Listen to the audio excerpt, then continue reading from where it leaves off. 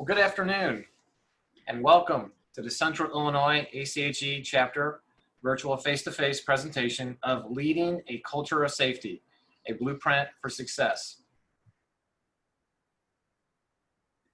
Thank you, Joe. I am going to give just a few welcome remarks. We are glad everyone is here. Welcome to today's virtual panel discussion. Like Joe said, it's Leading a Culture of Safety, a Blueprint for Success, presented by the Central Illinois Chapter of the American College of Healthcare Executives.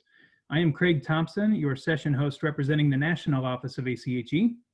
We are glad you are here. Before we get started, I would like to go over a few items to help you navigate the program in our virtual environment. For the purposes of noise control, your lines will be muted for the duration of the session unless there is active discussion, at which point you may unmute yourself to talk. However, if you have questions, we ask that you submit those through the chat function. If you are on the go during the session, please participate using the Zoom app. And also, to help ensure you receive your learning credits, please also make sure the name you use for the Zoom session on the screen matches the name with which you registered. Today's session is worth 1.5 hours of ACHE face-to-face education credit. Credit will be applied to your ACHE account approximately 2 weeks following the end of the session based on your live session attendance and completion of the evaluation. This session is being recorded and will be available within 48 hours by navigating to your My ACHE account and selecting My Online Learning from the Helpful Links section on the right side of the screen. And now to begin the session, I'd like to turn it over to Joe Prosser.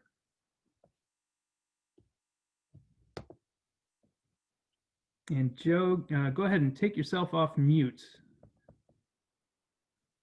There we go. Okay, here we go. Sorry about that.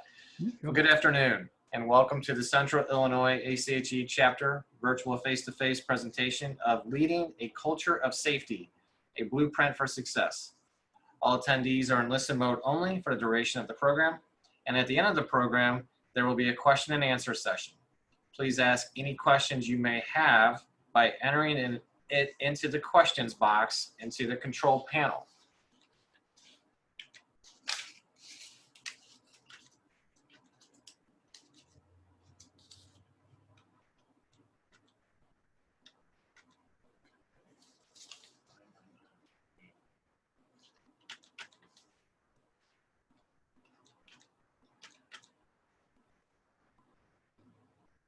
Hey, Craig. Yes. I'm having problems advancing here. Okay. Go ahead and click into your PowerPoint. Make sure you're not in the Zoom window, but that you've got your There you go. We saw it advance.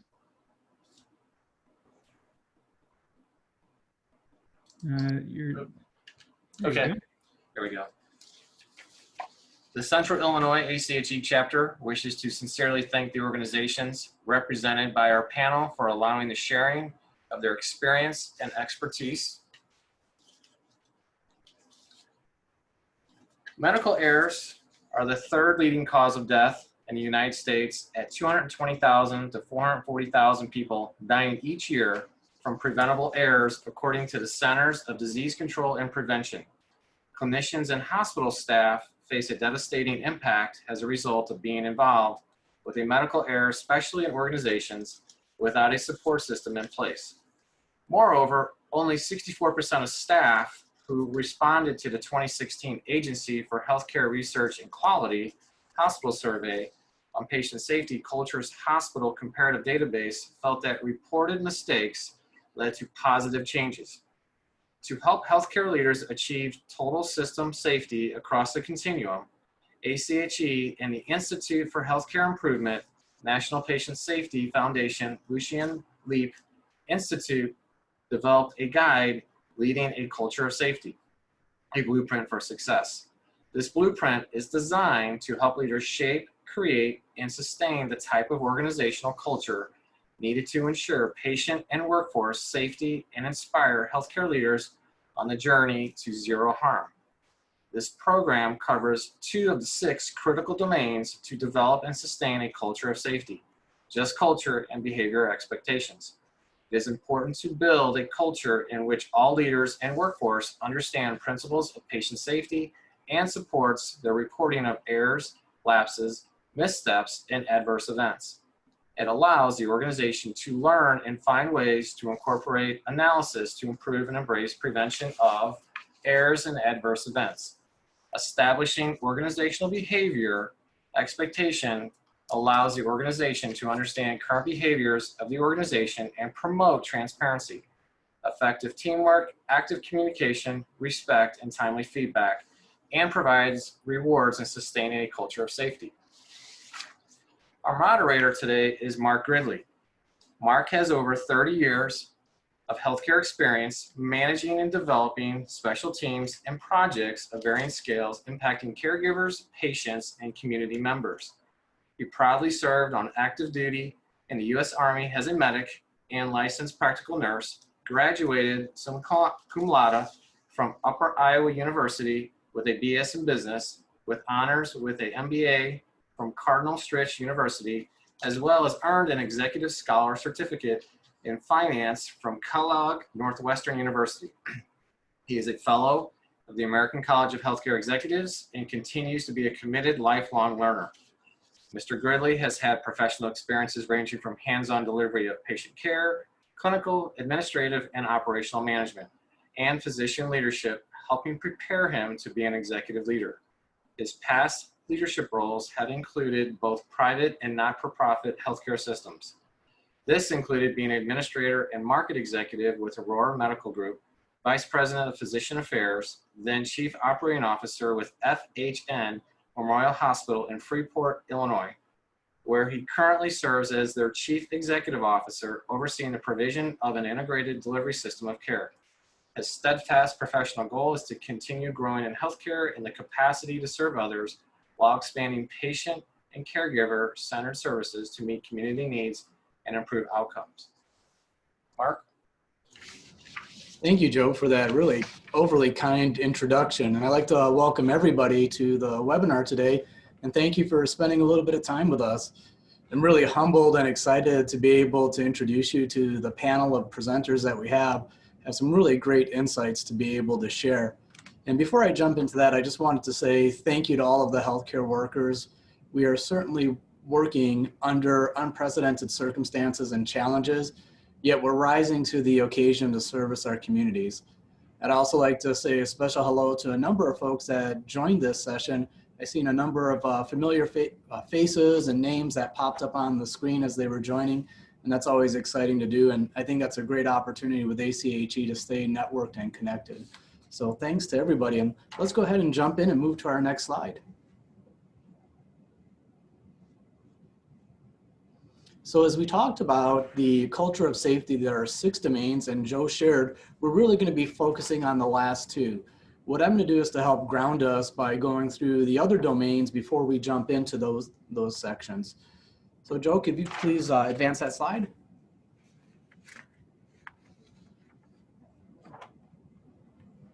Excellent, thank you so much. So as we talk about establishing a compelling vision, my goal is not to read a PowerPoint slide to you, but as you look at that as one of our domains, what's important about a vision is being able to make sure it's visible. And so many of our organizations have mission and vision statements, but can we really see what that means? So when we're talking to our frontline staff, when we're talking to our community, can they envision our actions or our behaviors? And how do we know that we're attempting that?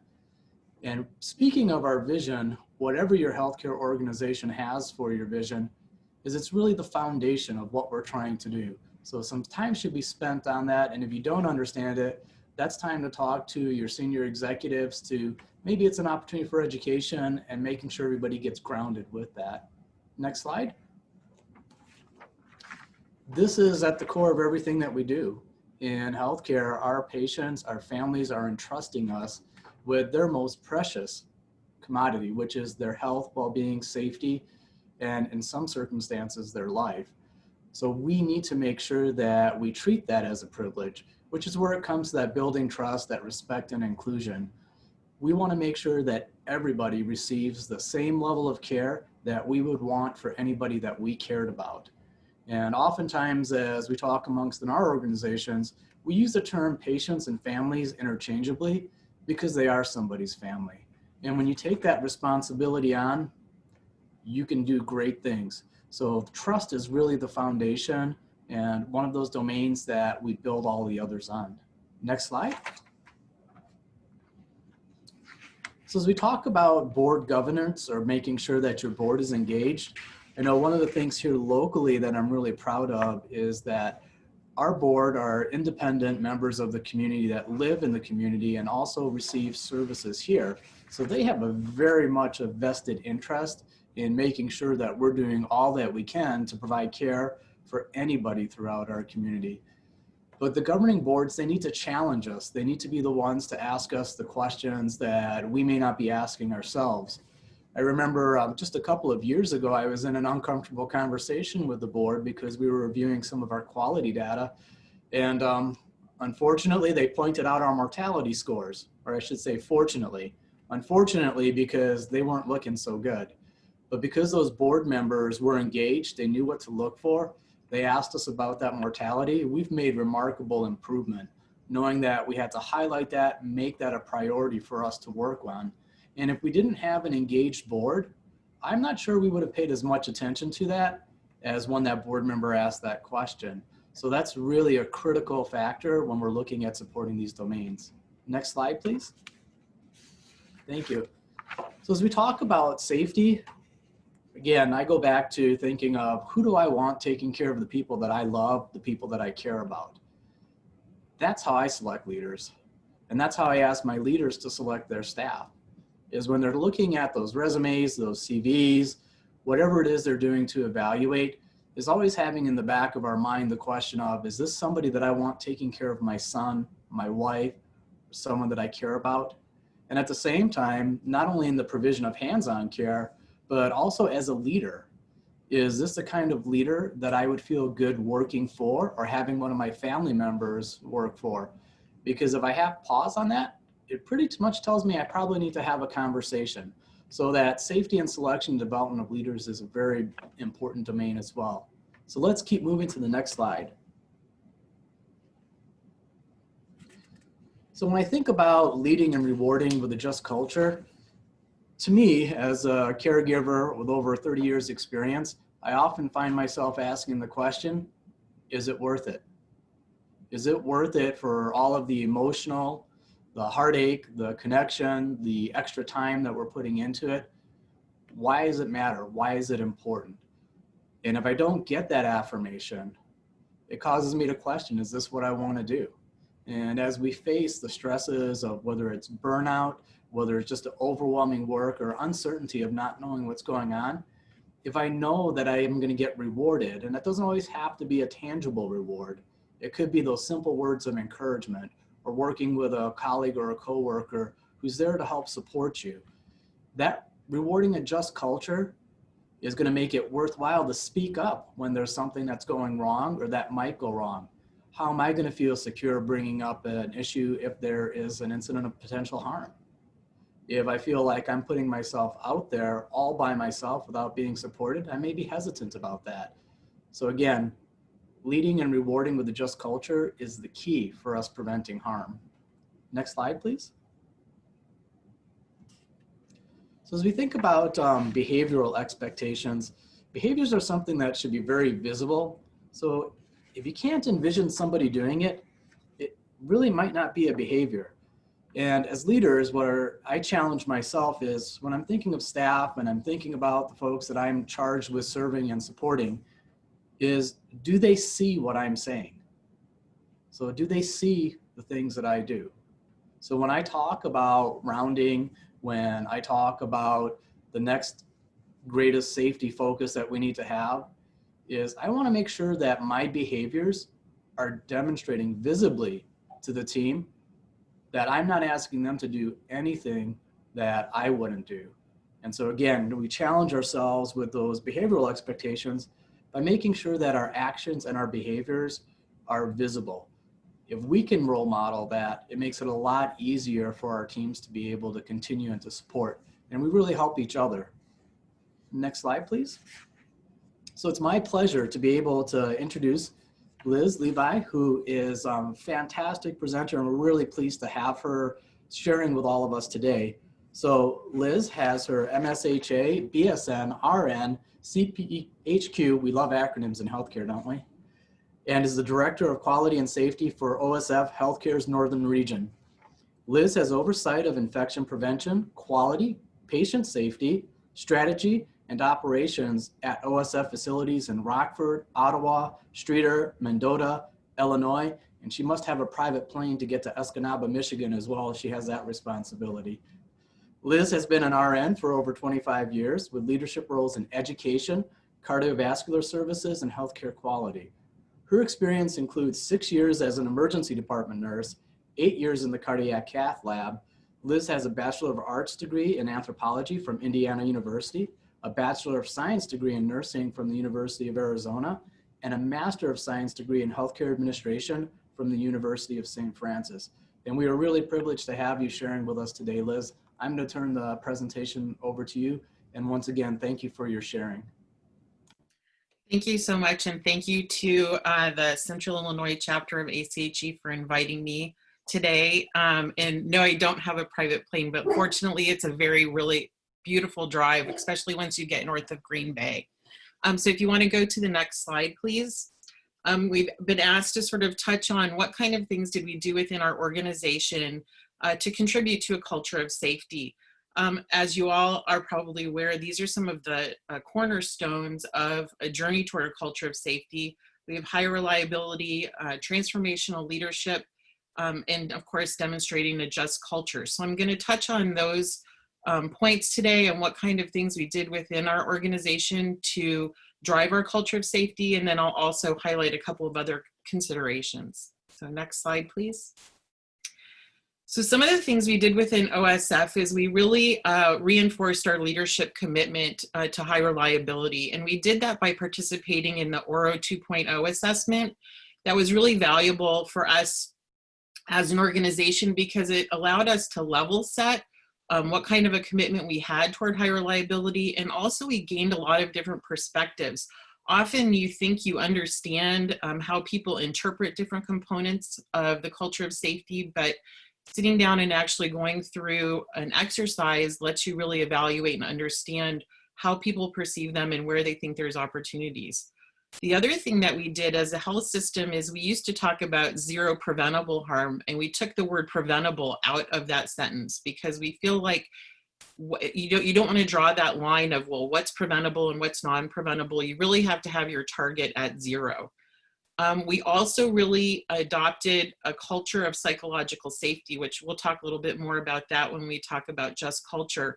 But we needed to build trust. There was, as the pendulum swing, you see that analogy a lot of times that we went from this blame culture to a blameless culture. And somewhere in there was a lot of trust that maybe wasn't there, and people stopped necessarily reporting various components. They were concerned that there might be retaliation, or they didn't feel that there might be follow through. So you really had to start from the ground up and build that trust. And that's demonstrated to your team members through the actions that you do. You also have to address all the biases that there are to reporting. Again, the biggest one I think we found within our organization was either fear that there might be some punitive component to reporting, or on the other hand, that there might not be any follow through. So you have to figure out how to circle back around to people and address those biases. And then of course, the third component of high reliability is having a robust process improvement program. And some of the things besides having a PI division within the organization is really investing in frontline staff members and giving them some skills to do some of the PI work themselves. They have to, if they come prepared, whether they're leading or participating in a session, they're going to be more valuable to you on your team, and they're going to also make the process more efficient. And they also become champions for patient safety throughout the facility. So next slide, please. One of the things I think that has changed the culture within OSF the most was our partnering with a company called Partners in Leadership. You may recognize them from, they did Change the Culture, Change the Game as one of their most popular books. So we engage with them, and what they help you do is really devise a framework that helps you connect the dots from your mission and your vision and your strategic plan from the highest level of leadership at the board level down to every individual within the organization. And as a component of that, we actually changed how we referred to our staff members, and we now call them mission partners. So they're partnered in our mission of providing the very best care and also having that goal of zero harm.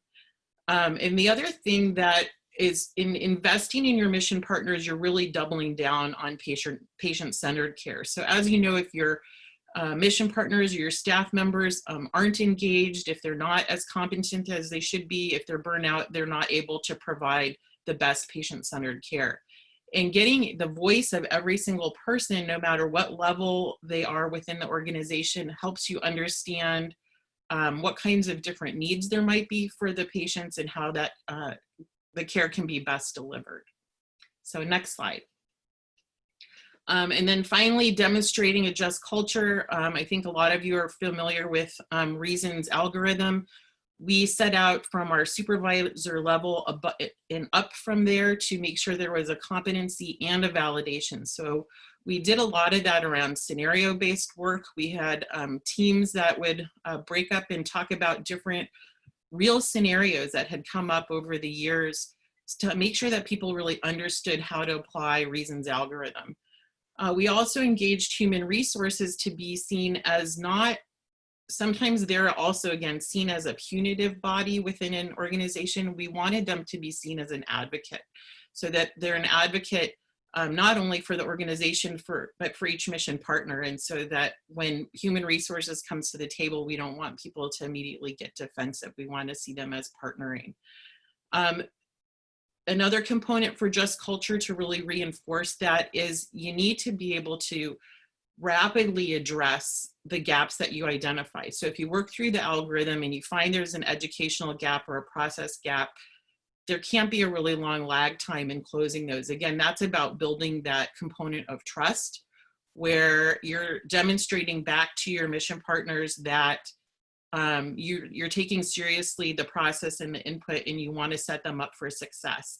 It allows you to address those human factors that may be impeding them from doing their very best work. When it gets to the accountability component of just culture, it's important that you set clear expectations and goals so that people understand where that tolerance level is. I think we've all experienced people who find that if they can get away with a certain shortcut, sometimes those shortcuts will grow and grow, or over a period of time during their practice, their deviation from the best practice gets a little bit more slippery because they haven't really had any different expectations set for them. So the goal is really to find, I call it the sweet spot between accountability and human factors. And then you want, as you find defects in that, you want to make sure that you apply it consistently. We know that the individuals within our organizations talk to each other, even if they're not supposed to. There's a lot of water cooler conversations, and when we don't fill in the gaps, they'll fill in the gaps for themselves. So you want to make sure that you're applying your just culture consistently, because they figure it out if you're not pretty quickly, and that again takes away from that feeling of trust. So next slide. So some other key considerations are, of course, using data to drive your decision making. Data is very much a part of the work that I do. So, you know, the hardest thing for me is to not sometimes get that analysis paralysis and pull myself back up to look at the bigger view. But it's really important to get that data out there, improve that transparency so that people understand why you're making the decisions that you are, and then they can see what direction they're heading and how the changes that you make impact your outcomes. Another thing that I really work on with my team is encouraging calculated risk taking. So I think so many times we're focused on being successful, and if you don't ever take a risk and you never fail, you're probably not being creative enough or putting yourself out there to try new things, and you could miss really great opportunities for improvement. Not every single improvement project that you do is going to be as successful as you think, and you have to be agile and dynamic in those approaches so that you can modify whatever you're working on to create the best success. And then the other thing that I would say is really a key process is making sure you routinely assess the culture. I think that that's an expectation, obviously, nationally from a lot of the regulatory bodies, is that you do some type of culture of safety assessment. We do that within OSF. We were doing it every other year, but we've now moved to assessing it annually. And then the key thing again there is turning it into action. So it's great to have your staff take a survey, but if there's no process improvement that's driven from that, or they can't see the value in providing honest feedback, they're going to be less engaged in participating in the survey and participating in the projects that come out of it. And then finally, of course, you want to celebrate your successes. I love the saying progress, not perfection, because sometimes that can be really stifling to feel like you have to get everything right that first time. And you need to celebrate all the little successes along the way, and even acknowledge risk, again, risk taking. And if people fail, but they tried something really creative, congratulate them on being brave and taking that risk. So next slide. So it looks like now we'll be turning it over to Dr. Keith Martin. Thank you, Liz. Appreciate your willingness to share those insights with us. Definitely look forward to talking more about that as we get further in the presentation. And now it's really truly my pleasure to be able to introduce Dr. Keith Martin. I know firsthand that he is exceptionally busy, so I'm really grateful for him taking the time to be able to share with us. And Dr. Keith Martin returned to FHN in Freeport, September of 2018, dividing his time between administrative leadership, strengthening the physician leadership at an executive level, and re-energizing the OBGYN department as an OBGYN provider. Dr. Martin served at FHN previously as a very successful obstetrician and gynecologist from 1997 to 2002. He was also a member of the board of directors on the Northern Illinois Health Plan from 1997 to 2007, 1999 until 2007. In 2002, Dr. Martin opened Highland Women's Care as a private practice OBGYN office and led that office until 2008. From 2008 to 2015, he was an OBGYN for the Monroe Clinic, Highland Women's Care in Freeport, where he achieved master surgeon status for gynecological robotic assisted surgery. Since 2015, he has served as Vice President, Chief Medical Officer at CGH Medical Center and clinics in Sterling. In that role, he successfully implemented a system-wide initiative called Culture of Caring, designed to preserve the important relationships with and between patients and staff. Dr. Martin received his Bachelor of Science from St. Norbert College in De Pere, Wisconsin in 1983. And his Doctor of Medicine from the University of Health Sciences, the Chicago Medical School in North Chicago in 1988. He completed his OBGYN residency training in 1992 at Oakwood Hospital in Dearborn, Michigan. He then served as a full-time OBGYN in Breese, Illinois, and Hartford, Wisconsin, then coming to FHN in 1997.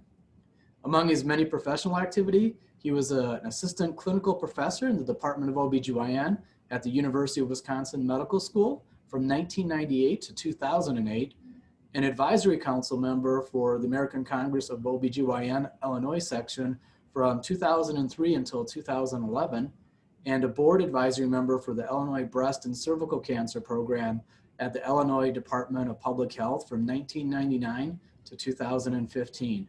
He also served on the board of directors of Stevenson County Health Department from 2004 to 2015. And it's my honor to be able to turn it over to Dr. Keith Martin. I know he has a lot of great insight based on his experience to be able to share with us today. Dr. Martin, it's all yours.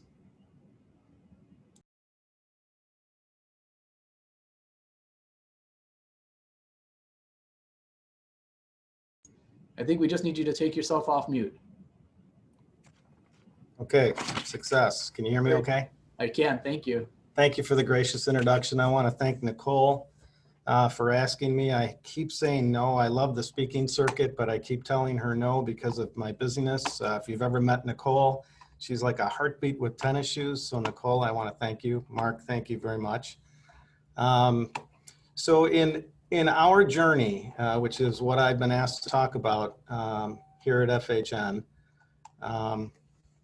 From my perspective, it's a little bit of a challenge because we have 23 sites serving 5 counties. Each system has its own challenge, but when you're talking about culture, and you can go to the next slide, please.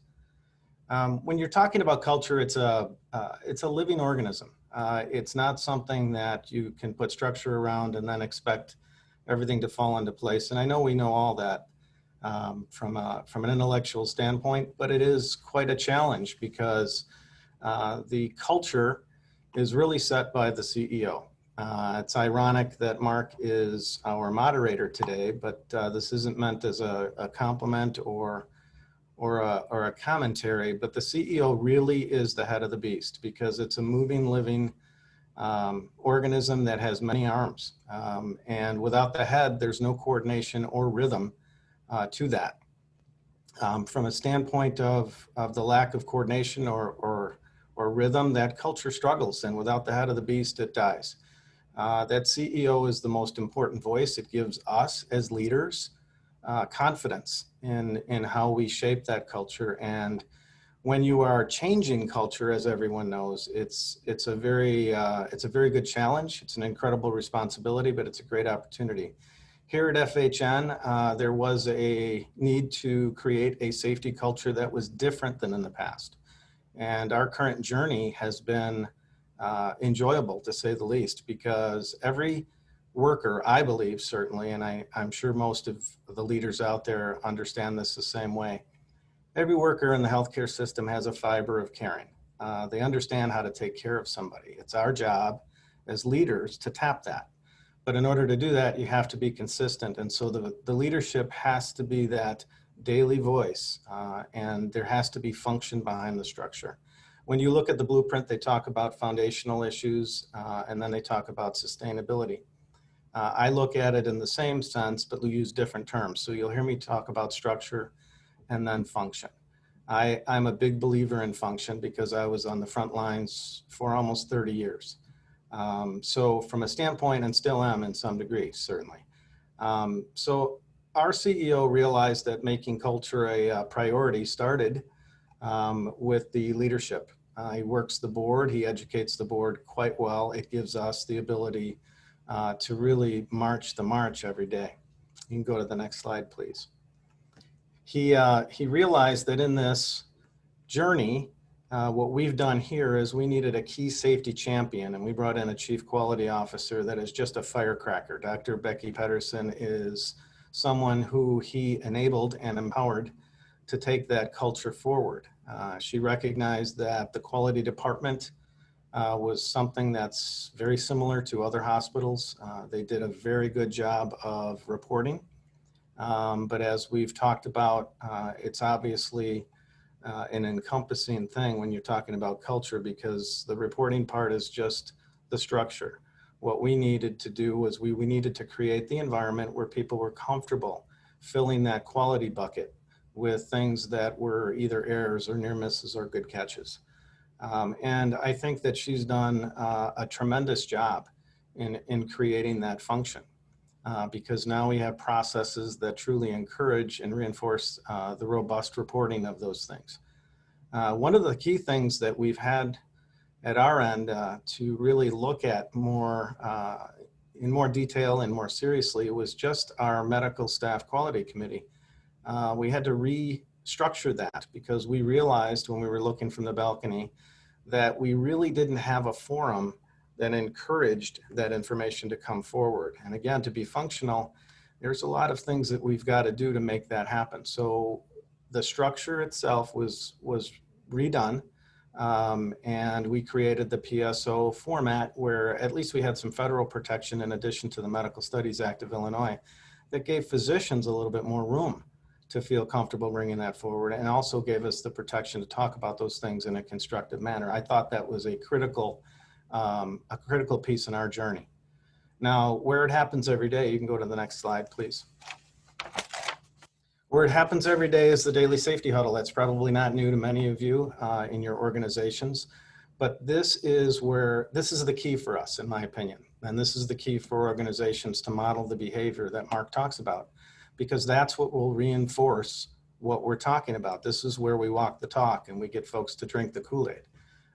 It is where the CEO and the CNO and myself, we have to model the behaviors where our EQ and our tone and our attitude really reflect that openness to really listen and embrace those issues that come forward when it comes to patient safety. I mean, one of the things that is so detrimental is if we have one of those things placed in our lap in those forums, if we handle that incorrectly, if we don't look at it as a system error and we go straight to blame, I think you can shut down that culture very quickly. So in our journey, we've made sure that our daily safety huddle, we're all talking the language to reinforce the idea that this is an okay place. And if we're all in it together, we're going to make this a much better environment. You know, it's pretty ironic. This morning I walk into daily safety huddle and I'm not sure, I haven't talked to Mark today, but I'm not sure if it was in coordination with today's presentation, but he was clearly asking a random question to someone that walked in the room about how, can you give me an example of how we hold folks accountable in the context of our safety culture? And she was spot on. And she gave a tremendous example from our imaging department. And it was a very good story in terms of reinforcement, because all of that leadership is listening to that. And all of that leadership is hearing Mark continue to embrace where we should be every day. And I think that function is incredibly important. Next slide, please. Now, when we talk about behavioral expectations, I think, you know, what was already said is really key. From a standpoint of, you really have to clearly define those expectations in order for leaders to be able to follow through. Now, it takes a lot of courage. Because there is some political capital that's spent when you're talking about dealing with behavioral issues. And, you know, there is a honeymoon for every leader in their roles. And as our journey has evolved, we've realized that that behavioral expectation that was defined is supported all the way up through at the board level. We talk about it, and our board, if they weren't so engaged, it wouldn't be as easy to follow through with those things. We do not have the meeting after the meeting to talk about how we handle these behavioral issues. As a CMO, I feel I'm supported. And in our journey here, I believe that has been key as far as our safety piece. Because when we do get into those issues of potentially bullying or behavior that's at risk or reckless, we do not hesitate to go after that in a meaningful, constructive way, but we know we have the support all the way up the tree. Next slide, please. And here comes a slide about function again, because that's really where I spend most of my day, is really working on how do we make this functional. And our network executive team is our leadership team that Mark leans on. There is a lot of education along the lines of how we define those expectations. Human resources plays a very large role in that, but this is the forum that has been created in which it becomes extremely functional for us. And I think any organization has the opportunity to structure it any way they want, but how it acts during that time frame, to me, is the key as a CMO. This is a weekly meeting, and this is where we're comfortable talking about how we handle those things from different aspects. Next slide, please. Okay, similar to our daily safety huddle, from a safety perspective, our Leadership Development Institute is the opportunity for the educational piece. It's also the opportunity where we find our gaps in how we complete the circle. Once we have that information, once we deal with it, how do we go back to the teams? How do we reinforce what they gave us was dealt with in a meaningful way and things were improved? Because when you get down to a practical level, that's what the nurse wants on the med-surg floor. If there's something from a standpoint of safety that she's concerned about and she moves that forward, it's okay in her mind that we're taking this on, but she wants to hear what has been changed, what has been discussed, what are the action plans that have been put into place that we have moving forward that make her feel validated in her concerns and make her feel good when she hits the pillow as far as how she operates every day in working for FHN. So in our journey, that LDI is an extremely important forum for those conversations to happen, because in my opinion, my observation has been that's where most of the gaps are identified, and that's where most of those pathways for circling back and giving feedback while the trail is still warm is identified, and that makes it very, very meaningful and very functional in our organization. Next slide, please. Medical Executive Committee is, I believe, from my role, the key forum for myself in our organization as a medical staff leader. Dr. Pedersen and I are able to take issues along these lines from a patient safety perspective, but specifically behavioral expectations and how we deal with those things. That's the forum where we're able to lean on our physician leadership from each department. And we have made that, again, very functional. To Dr. Pedersen's credit, she has created an environment where we are not afraid to take accountability to the level it needs to be and deal with those issues in a meaningful way. What we found is the amount of courage that it takes to take some of those things forward can be a struggle with certain leaders. But if the medical staff leadership, i.e. the CMO, CQO, CEO looking over that, really has a unified voice in how we want to really prioritize patient safety, that our department leaders have really responded. I believe it speaks to that fiber that even providers carry. When your intent is authentic and your language is consistent, I think we get the support we need to make that environment sustaining. Next slide, please. Oh, I guess I have some key takeaways, but I guess we're going to talk about that at the end of the presentation. So we're going to turn this over to our next speaker. So thank you. All right, thank you, Dr. Martin. I appreciate all of the kind words and the great sharing. I also was a little surprised because as you're going through your presentation, one of the things that I know about you and what I think is one of your stronger skill sets is the ability to take a coaching approach and really involve people in the conversations and to help set them on a good path, but not doing it for them, but with them. So I appreciate all of your work and your coaching. And as the many people that you've talked about with our medical staff quality subcommittee, those have been some really robust conversations that were not happening just a number of years ago. So it's a great format to look at when you start looking at having those organizational behaviors and that just culture. So thank you again for sharing. We'll look forward to talking to you some more. And now as we continue on, it's my pleasure to be able to introduce our next panelist, Dr. Agrawal, who is an alumna of Harvard and Yale universities, a Fulbright scholar, and author of several books on patient safety and health information technology, an international leader in healthcare and health technology. Dr. Agrawal has served in numerous leadership roles in the US, and she is currently appointed as a Chief Medical Officer at Norwegian American, Chicago, Illinois. She served as Chief Medical Officer at New York City Health and Hospitals Corporation, Kings County Hospital, a 700-bed academic teaching center in New York. In 2011, in recognition of her role as a rising healthcare leader, she was invited to the White House to meet with President Obama's Health and Economic Policy Advisor and provide testimony at the US Senate.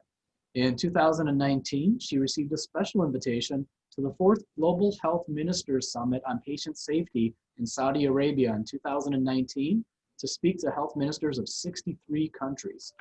She is the founder of A4 Clinics, www.a4clinics.com, a positive social impact venture to launch a chain of clinics with the aim to reduce the burden of unnecessary disability in India through advanced robotic and technology-enabled rehabilitation made affordable to the average citizen.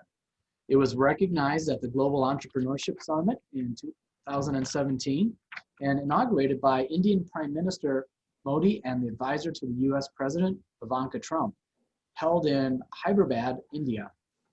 She received numerous accolades with some notables including the Top 20 Global Women of Excellence, US Congress in Chicago 2019, Make in India Award by Bharat Nirman Foundation in New Delhi in 2017. Woman of the Year by Congressman Danny Davis, Chicago, 2015. And 130 hospital and health system leaders to know. National list by Becker's Hospital Review 3 years in a row, 2015, 14, and 13. Healthcare Leadership Award by the American College of Healthcare Executives in 2014, as well as a Fulbright Scholar in 2011. She served on some selected boards, including the founding member and board of directors for the India's Entrepreneurs, board of governors for the Institute of Medicine, Chicago, president of the board, Chicago Physicians for Social Responsibility, and member of the National Medical Informatics Committee, American College of Physicians, National Medical Leadership Committee, America's Essential Hospitals, member of Governor's Council and the American College of Physicians, the Illinois chapter, and Commissioner, Certification Commission for Health Information Technology. Her books include EndNote 123, Reference Management for the Professional, published by Springer, first edition 2003, second in 2008, and the third edition in 2019.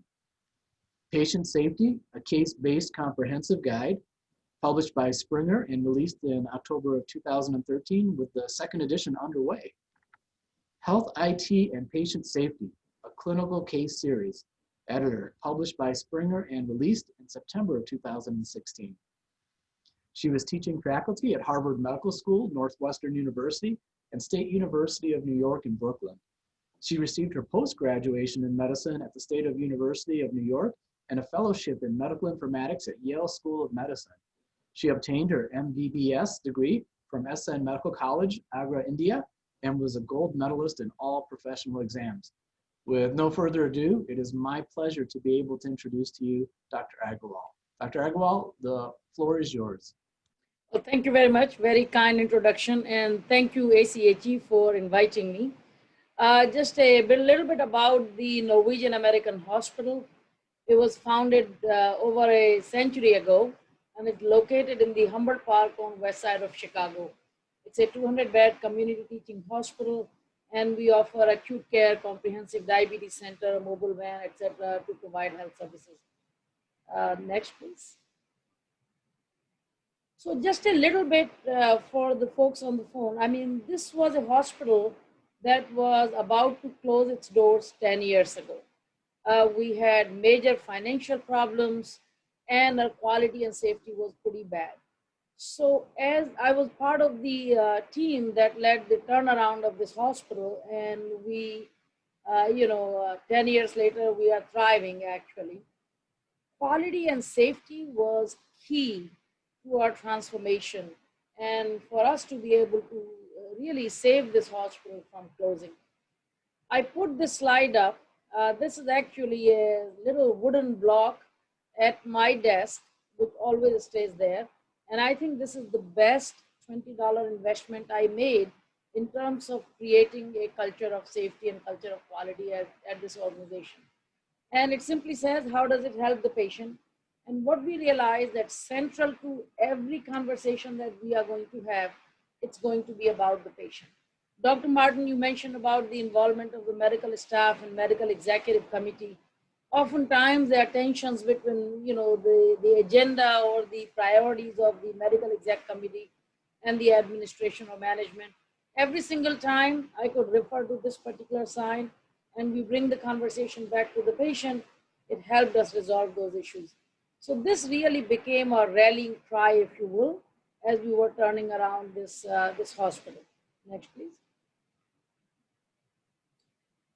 We, at the hospital, take an expansive view of safety. Obviously, we talk about patient safety, staff safety.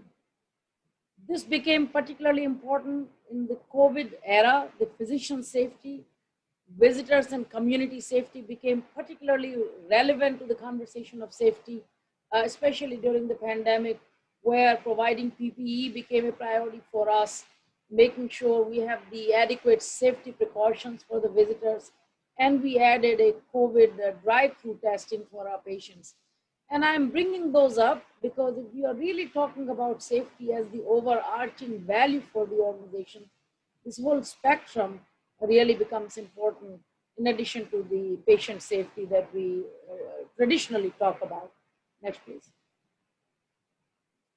I think my all panelists, fellow panelists talk about that. If you put safety at the core, we talked about the governance, and we talked about that it starts really at the board of trustees leading that culture along with the CEO and the rest of the management. This whole topic is about culture. Quality, you can say safety is part of quality, etc., but remains important. Patient experience is important to safety, public reporting, training.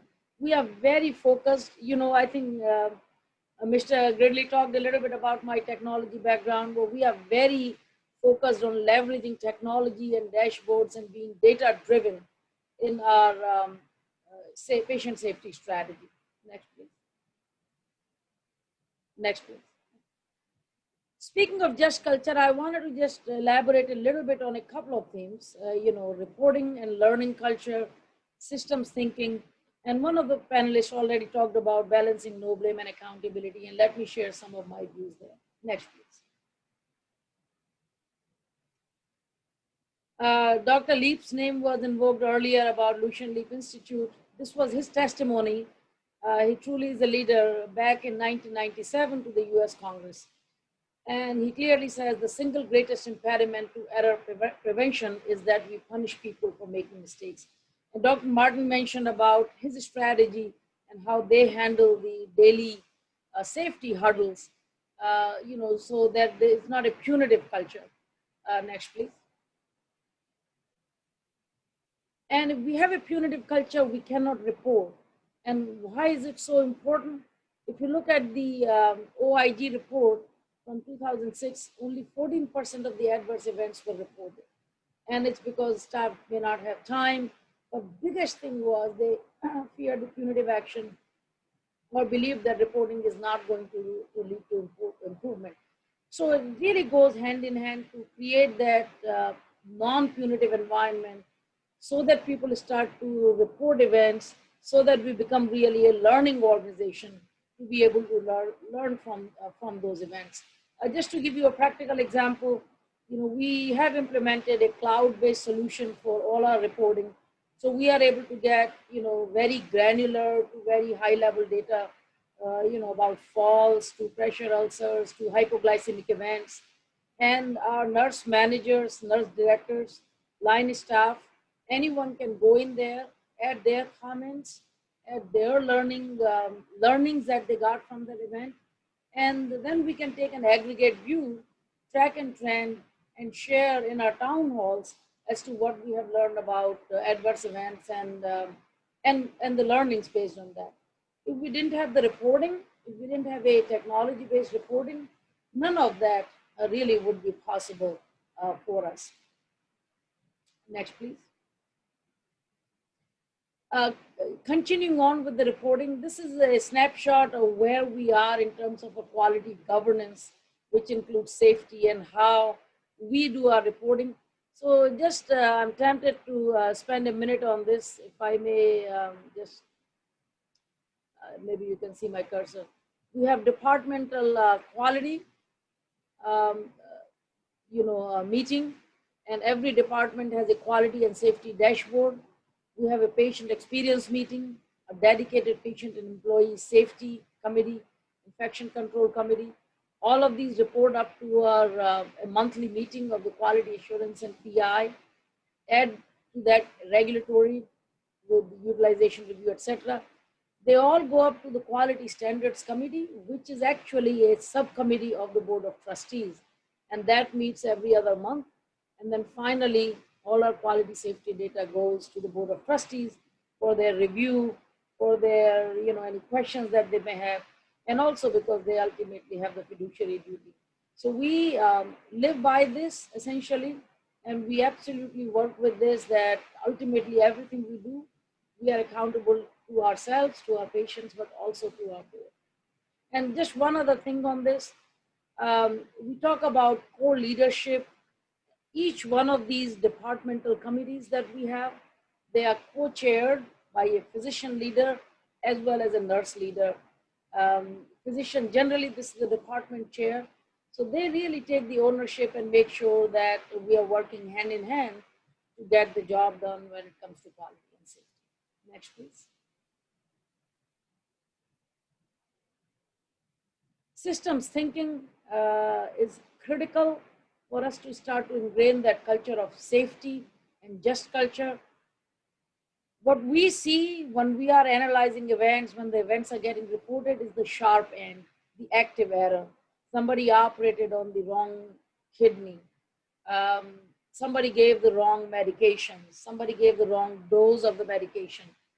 And what we know very clearly is that it's a culmination of the blunt end and latent errors that lead to the sharp end or active error. If we don't have the just culture or right culture of safety, we end up risking penalizing a staff member, a pharmacist, a nurse, a doctor who was present at the sharp end of the error. I know everybody who is my fellow panelists are present here, they are leaders. So we all understand that for us to go from the sharp end to the blunt end, we use processes like root cause analysis to make sure we look at the latent errors, we fix them so that we can actually avoid getting to the active errors. This is sort of another iteration on the Swiss cheese model, going just another step to say, do the RCAs to go from sharp end to latent errors to avoid the probability of the active errors happening. Crucial to any conversation about balancing the just culture is how do we balance no blame with accountability. To some of you who might have read, there was a seminal article in the New England Journal of Medicine with that name, Balancing No Blame with Accountability. And really that one had focused about physicians' hand washing. We can talk about it on anything. We can talk about medication errors. So if we create a culture where we say, well, it's not individual's fault, it's always the systems. So no matter what you do, we are going to keep looking at systems. We create a culture of no blame where we do not have accountability. And obviously the flip of it, which we have suffered for very long in our healthcare system, is you see something wrong, your initial reaction is to just punish the person who was at the sharp end of the error. And obviously this is the whole system where we lie about, how do we strike this balance. And next, please. I think many of you perhaps use the 3 behaviors from David Marks in terms of how we come up with some sort of framework to figure out where to go. I'll give you an example of this that I have used in my sort of talking to my staff and making it very simple. Normal error, at-risk behavior, and reckless behavior.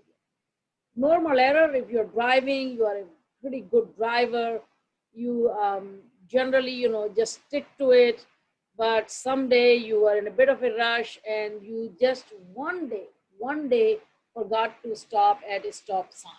Not a red light, even a stop sign. And that was the unfortunate day where somebody was, walking or another car and you have an accident. I mean, it was an inadvertent action, you were busy, it was a slip or a lapse, you try to correct that action. This was a one-off that happened. At-risk behavior,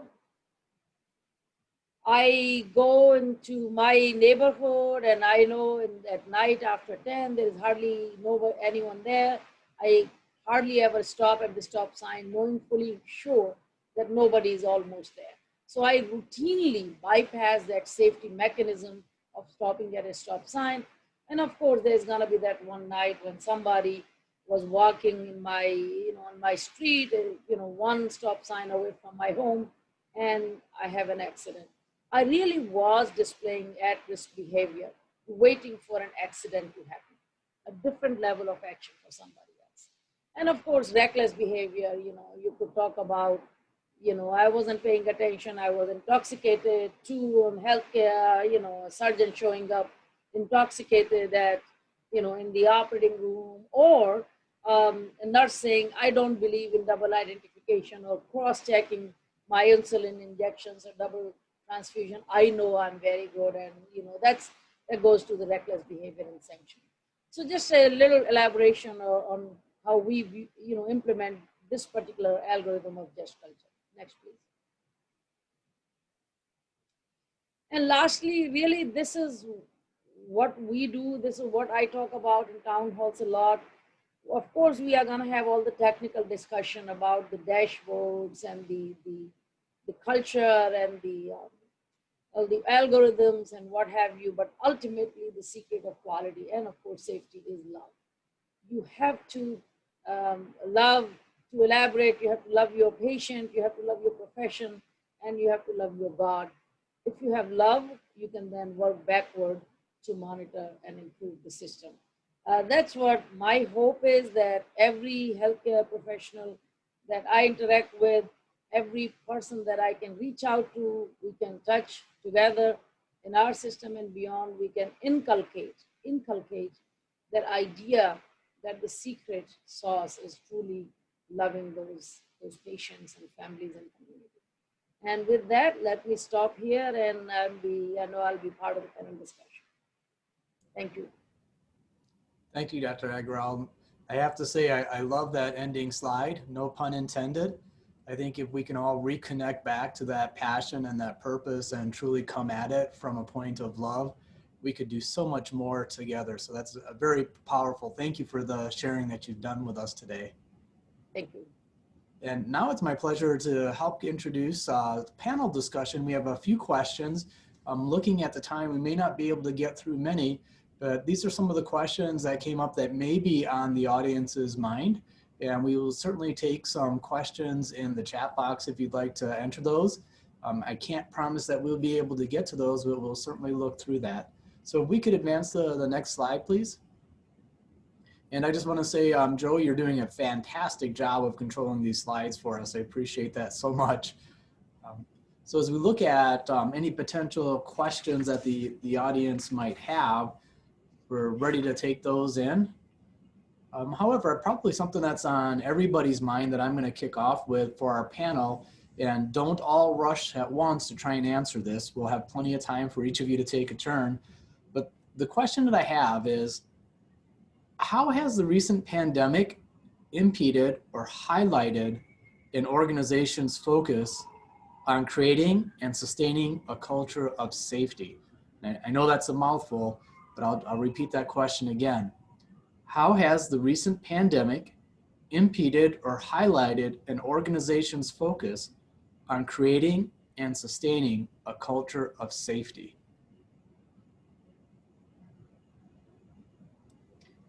So Mark, this is Liz. I can take that question. So I think one of the biggest challenges that the pandemic has posed for us in healthcare quality and safety is the fact that, especially early on, the information coming out was changing, if not daily, sometimes, within the day. And when you want to do everything you can to keep your staff and your patients and your community safe, and we weren't even sure what was the right thing to tell them or how to advise them to keep them safe. And so I think that not only was that frustrating for leaders, it was frustrating for staff. It also maybe challenged that trust component that I talked about a little bit in my slides, because when you change your mind or you change direction a lot, the feeling is that maybe we don't really know what's going on. And the reality was we didn't really know what was going on. It's such a new virus. I think over the last 6 and 7 months, we were continuing to learn and continuing to adjust. We also had to think on our feet, because some of the things that we knew we wanted to do, we couldn't. Various items were on allocation or unavailable. You ran out of rooms. You didn't have enough negative pressure rooms. You had to make sure you had enough ventilators. So meeting those challenges took a lot of creativity. And again, you had to take a little bit of risk, and you had to just sort of continually reassure everybody involved that you were responding as quickly as you could, and you would keep the information as current as you could, but that even for the people who were the leadership or your one source of truth, they didn't always know the answer because this was just a brand new world for us.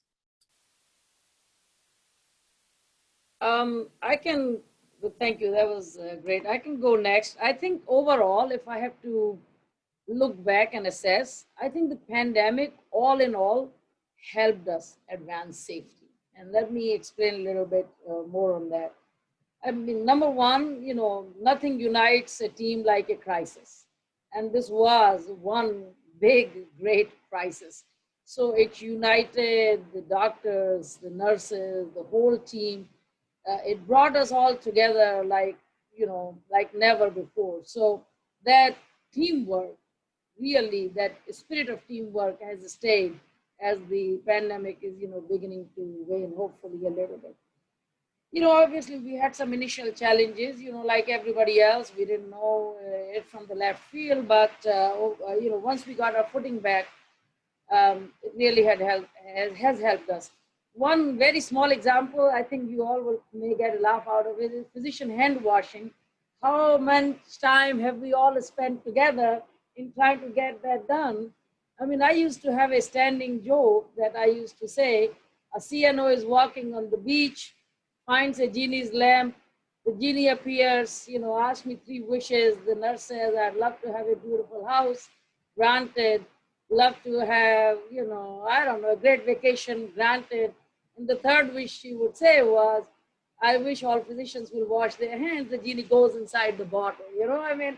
So if we talk about that, that is just one example of the kinds of things that became important to everybody without really even thinking about it. So that's one. Secondly, I think culturally speaking, the patients and the community along with us also became that much more acutely aware of the safety precautions that are critical because of the pandemic.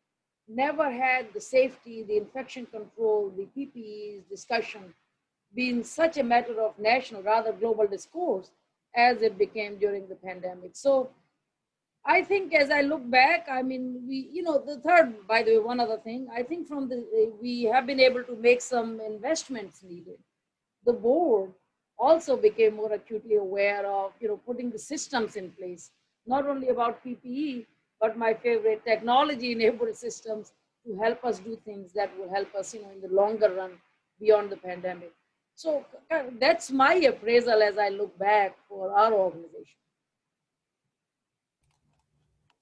In our situation, I think the previous 2 speakers my colleagues pointed out the obvious, that no one was expecting certainly this level of a crisis, but at the same time, it brought our organization together in a very meaningful way, similar to your experiences. And it really stressed our ability to plan, but on the positive front, it really did help us focus on a culture of safety, because we went into incident command quite early and we were very organized in our approach. What we were energized by is the community support that we actually received from the periphery, from the health department, from the long-term care facilities, from the people in emergency management and public safety. We were able to bring all of these folks together, and because our culture was already centered on patient safety, it seemed to bring out the best in everybody, in my opinion. I was amazed by that coordination of effort, and I think, no one can plan for the anxieties like we experienced with this pandemic, because the fear of the unknown is such a powerful emotion, and we saw that at every corner.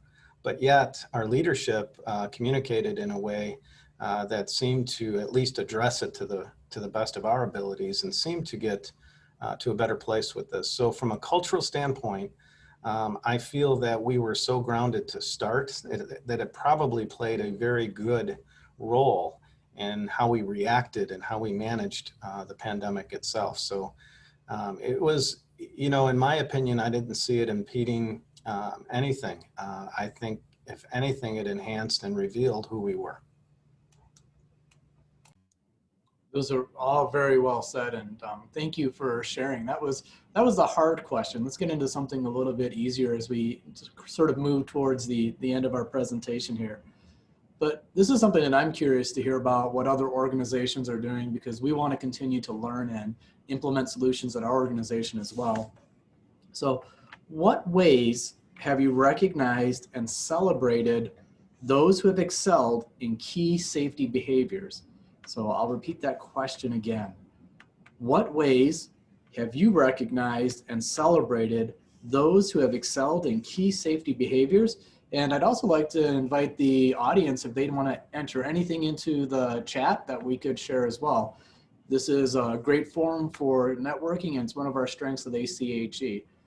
So I'll turn that over to our expert panelists to try and tackle that question with any thoughts or examples that they might have, whether those have been great catch type of programs in your organization, healthcare heroes, and there's a number of other initiatives that have been out there.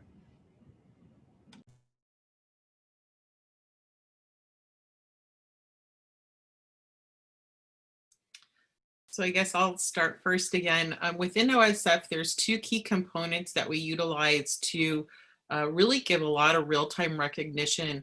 One of them is it's focused recognition. So right, like the name says, you can do that in a paper version or an online version where there's a recognition card that's available.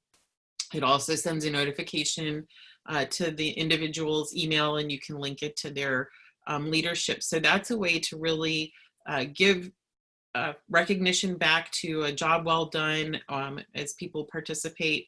The other thing is we do a lot of storytelling, and I know everybody recognizes the value of storytelling around creating your whys, but we also like to use storytelling as a way to celebrate key contributions from individuals, whether, and it can be, you know, something that's small, or it can be something that's really global, but it just brings that, the story of how they impacted somebody's, either their stay or helped out an individual. And I think that that's really paid off for us, because everyone realizes that the little things can add up, and it can be something as simple as, you know, we find that they'll help provide extra clothing for individuals. We had, of course, I'm sure in all the communities, all that volunteer mask making to get the personal masks. Everyone just stepped up, and it was just amazing to see the kind of commitment throughout our country to work on this pandemic. And so I think every opportunity you have to recognize that is wonderful. Great, thanks, Liz. That was a good example. We also had a nice example that was put into the chat feature, which is, we have a great catch. One facility has a big stuffed fish, and then we give Swedish fish as the prize. So that's a fun way to do that. So I thought that was a great example. And then I'll go ahead and turn over to the panel to take that question on. And we have another really good question in the chat if we have time to get to. So, I mean, I think we have a good catch program, storytelling. I mean, my panelists already covered. Just one personal goal that that I try to, you know, meet every day is one positive email to someone in the organization every day. I would say I'm about 85% compliant with my personal goal, and that really helps everyone, including myself, a lot in changing the conversation in a positive direction. So that's just the only thing I wanted to add. In answering that question, I think that on, again, the functional level, our main forum is the daily safety huddle. I counted this morning 8 recognitions along the same lines of what we're talking about. And what happens is it cascades from there. That's our formal way of putting out a message. We have folks that receive handwritten cards as a thank you after they're recognized, to try and give them that reassurance while the trail is warm, because we feel that's a big part of creating sustainability. On an informal level, it is, in my opinion, based on coaching from the leadership. And that's where those mild conversations, those coffee pot conversations, those meetings after the meetings, those informal comments to just give folks reassurance that we're on the right trail, I think are very meaningful. And that's how we tend to go about our business. But I love the fish. Great. Thank you for sharing. I think we do have time for, this will be our final question, and this came from the audience. And thank you for participating and submitting that. My question is this: have you identified any specific tactic or process that increases the likelihood that a frontline staff member, any and all roles, will report a safety issue, or even more importantly, a near miss? We know we only get a fraction of the potential reports to react to that we could or should get. And then the audience member also shares, at our organization, our executive team goes to departments to recognize and highlight good catches and great safety performance, which I think is a good best practice as well. So the question, once again, a specific tactic or process that increases likelihood of a frontline staff member, any or all roles, will report a safety issue, or even more importantly, a near miss. I think that's probably a good question for any healthcare organization. And as much as we strive to promote just culture and a non-punitive culture, we have a lot of history to overcome to be able to empower frontline caregivers to be willing to do that. So I'd be interested in the thoughts of the panelists or anybody else.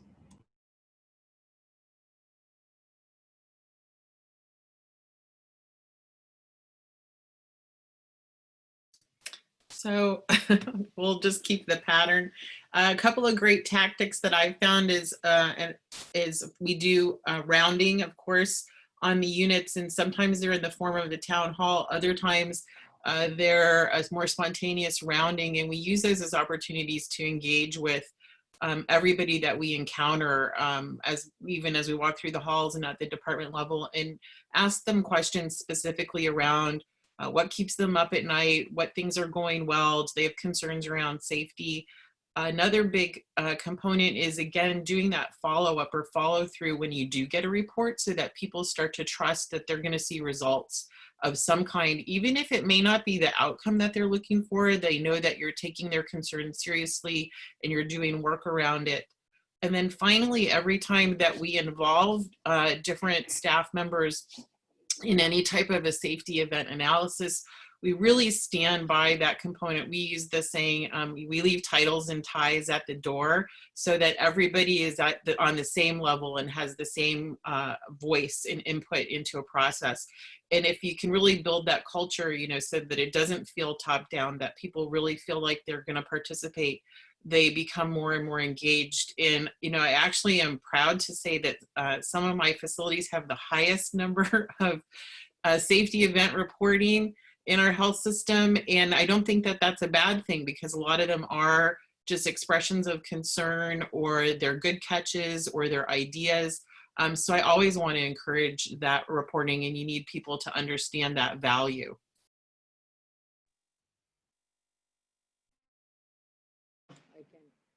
So I think two things I want to share, one is just even how you answer the phone when somebody calls you.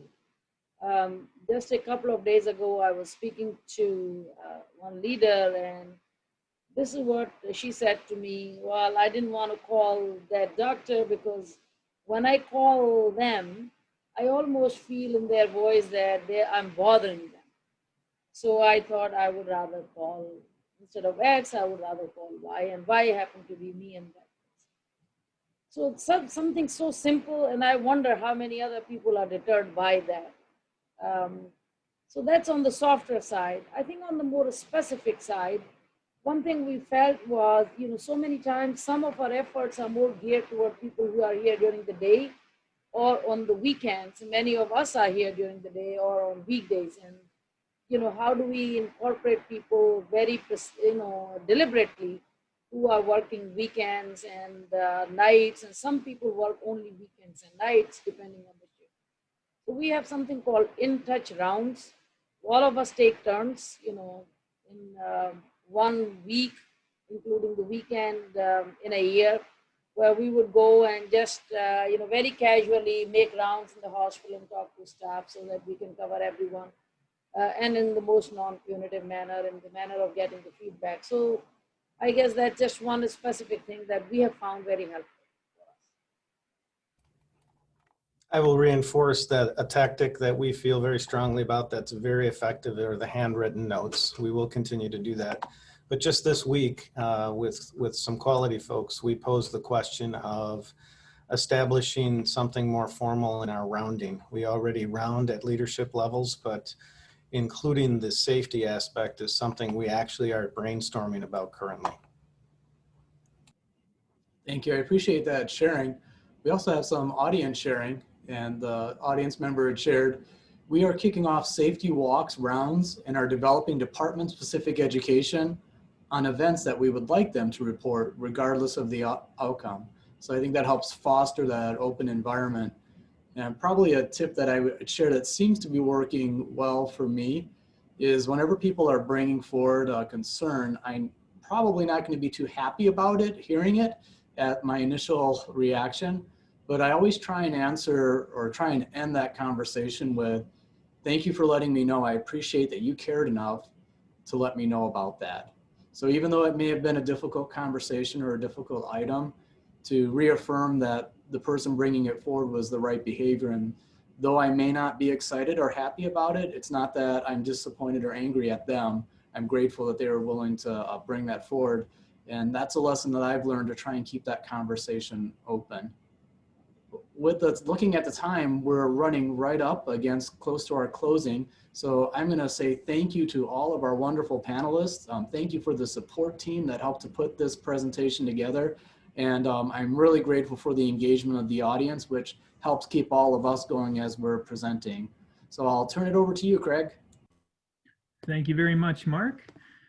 On behalf of ACHE, I want to thank you, everyone involved with the chapter who helped put this program together and plan today's session, and would like to give you all some reminders. If you have a pen handy or just want to listen extra closely, this is probably information that you will find very helpful.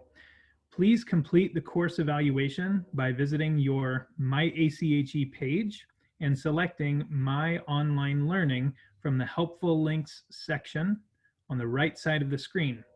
From there, you can click on the Access My Courses link, and you will be directed to our learning management system where you can complete the evaluation. In that same location, you will be able to access the recording of this session within 48 hours. Your face-to-face credits will be posted to your My ACHE account approximately 2 weeks following the session in the My Education Credits section. That concludes our session, which is copyrighted in 2020 by the American College of Healthcare Executives. All rights reserved. Thank you all very much for your participation, and have a great day.